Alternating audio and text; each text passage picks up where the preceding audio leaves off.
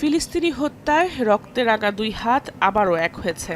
বন্ধু ট্রাম্পের সঙ্গে দেখা করতে তেল আবিব থেকে ওয়াশিংটনে উড়ে আসেন ইসরায়েলি প্রধানমন্ত্রী বেনিয়ামিন নেতানিয়াহু। বৈঠক করেছেন গাজা ইস্যুতে। গাজাকে ফের নিয়ন্ত্রণে নেয়ার কথা বলেন মার্কিন প্রেসিডেন্ট ডোনাল্ড ট্রাম্প। ফিলিস্তিনিদের নিশ্চিহ্ন করে উপত্যকাটিকে নতুন আবাসভূমি করার নীল নকশায় বিভোর তিনি।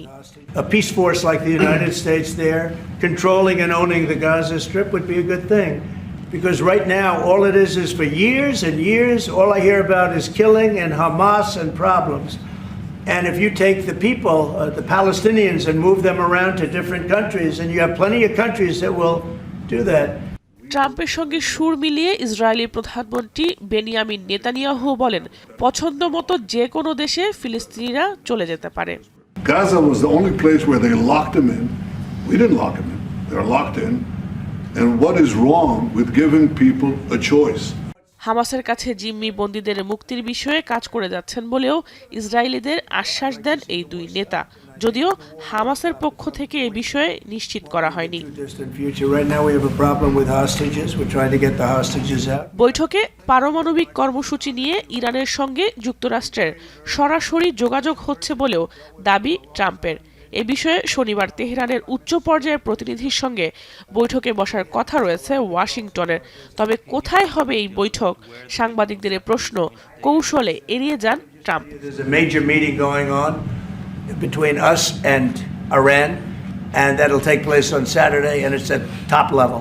তবে এই বৈঠক যদি সফল না হয় তবে ইরানের জন্য বড় বিপদ অপেক্ষা করছে বলে হুঁশিয়ারি দেন ট্রাম্প।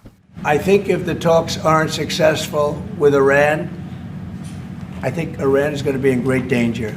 যদিও পরমাণু ইস্যুতে যুক্তরাষ্ট্রের সঙ্গে ইরানের সরাসরি যোগাযোগের বিষয়টি অস্বীকার করেছে তেহরান। ইরানের জ্যেষ্ঠ এক কর্মকর্তার বরাত দিয়ে রয়টার্স জানায়, ওমানের মধ্যস্থতায় যুক্তরাষ্ট্রের সঙ্গে আলোচনা হতে পারে। এদিকে গাজা ইস্যুতে ইসরায়েলের সঙ্গে ট্রাম্পের চাওয়া পাওয়ার মিল থাকলেও দ্বন্দ্ব দেখা দিয়েছে পারস্পরিক বাণিজ্য স্বার্থে। মূলত মার্কিন শুল্ক কমাতেই নেতানিয়াহুর এবারের যুক্তরাষ্ট্র সফর। যুক্তরাষ্ট্রকে তিনি বেশ কিছু বাণিজ্যিক সুবিধার প্রস্তাব দিলেও ইসরায়েলি পণ্যে 17% সম্পূরক শুল্ক কমানোর নিশ্চয়তা পাননি ট্রাম্পের কাছ থেকে। তাই ভারাক্রান্ত মনে স্থানীয় সময় মঙ্গলবার তেল আবিবে ফিরে যাচ্ছেন তিনি। জাহানারা ভুঁইয়া, এখন বিশ্ব। মাঠের অলরাউন্ডার আমি, আর ঘরের allrounder Tilex. Tilex toilet cleaner, clean মানেই টাইলক্স।